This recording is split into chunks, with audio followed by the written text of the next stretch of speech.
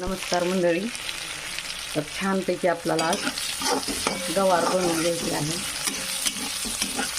तर यामध्ये मी टाकलेलं आहे लसूण, अद्रक, कोथिंबीर, टमाटे, कांदे, जिरे, मोहरी असं छानपैकी टाकून परतून घेतलेला आहे. कांदा पण लाल ब्राऊन झालेला आहे.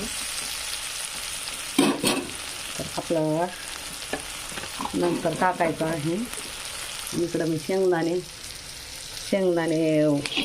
भाजाली वाटते कमी आचेवरती कडक असे भाजायचे. आणि इकडं आपली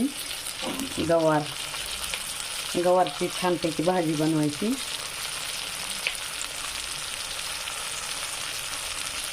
तर आपण टाकून घेऊ हळद जराशी.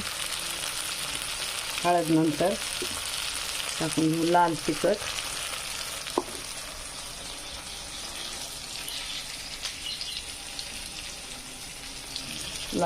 टाकल्यानंतर ना आपल्याला एव्हरेस्टचा गरम मसाला टाकून घ्यायचा आहे.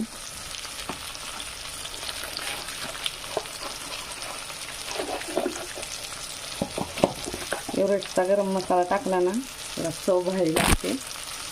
म्हणून एव्हरेस्टचा गरम मसाला टाकून घेऊ.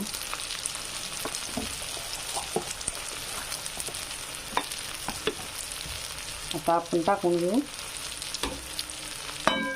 गवार, जी मी भाजून घेतलेली आहे.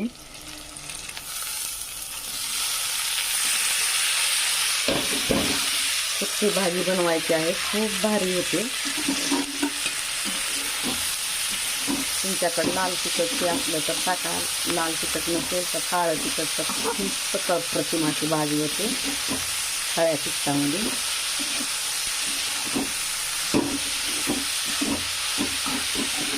छानपैकी आपली भाजी परतून झालेली आहे.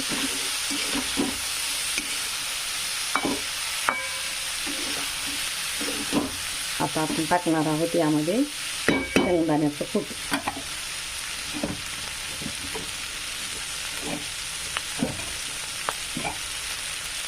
शेंगदाणे भाजून ना वाटलेले आहेत. मस्तपैकी असं शेंगदाण्याचं कूट टाकून घेऊ.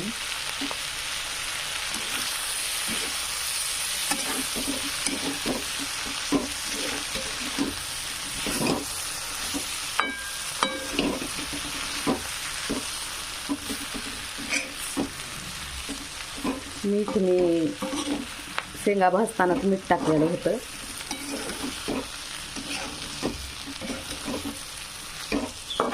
तर मस्तपैकी अशी गवारीची भाजी. शेंगा अगोदर भाजल्यामुळं ना पूर्ण अशा मऊ झालेल्या आहेत. तर आपल्याला थोडंसंच पाणी टाकायचं आहे, थोडंसं, जास्त नाही टाकायचं. थोडंसं पाणी टाकायचं आणि वाफेवरती शिजू द्यायचं.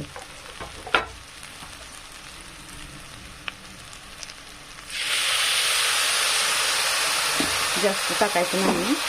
आता छानपैकी असं वाफेवर शिजू द्यायचं शेंगा.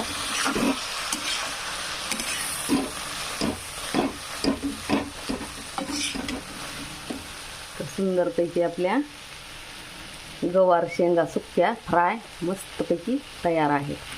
धन्यवाद. Bye bye. Take care.